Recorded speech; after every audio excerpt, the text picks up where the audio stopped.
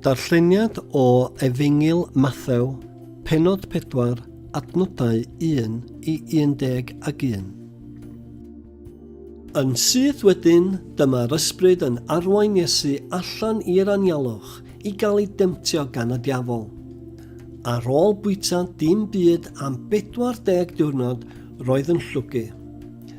Dyna pryd y daeth y diafol i'w demtio. Os mae mab Duw wyt ti, gwna'r gerrig yma droi'n fara, meddai.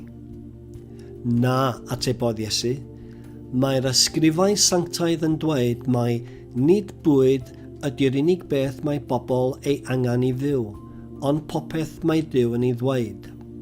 Wedyn, dyma'r diafol yn mynd â Iesu i'r ddinas sanctaidd, hynny ydy Jerusalem, a gwneud iddo sefyll ar y tŵr uchaf un yn y deml.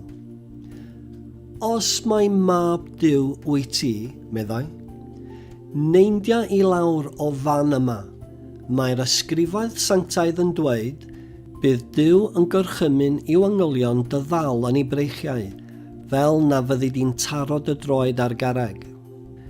Atebodd Iesu, mae'r ysgrifau sanctaidd yn dweud hefyd, paid rhoi'r arglwydd dy Dduw ar brawf.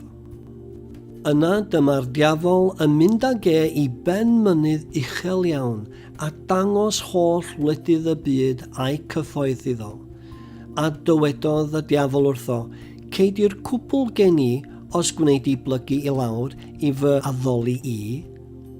Ond, dyma'r Iesu'n dweud, dos i ffwrdd Satan.